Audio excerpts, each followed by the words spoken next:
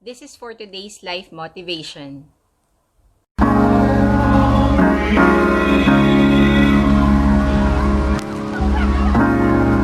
have to be your biggest fan. And when things are really tough and they're really rough and nothing's working, but there's something inside of you that says, I just have to follow that. Because you don't know who you're going to be.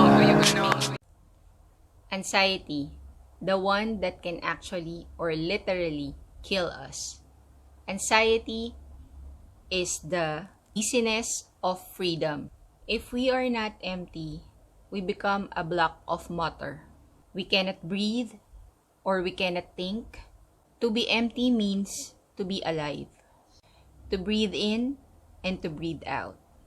We cannot be alive if we don't experience emptiness. As what Thich Nhat Hanh said, emptiness is permanence. It is change. We should not complain about impermanence because without impermanence, nothing is impossible. So we should all embrace our anxiety because it belongs to the cycle of life. Would you stay till the morning light? Or would you follow me? Or would you let it be? If I leave tonight, we could do this right.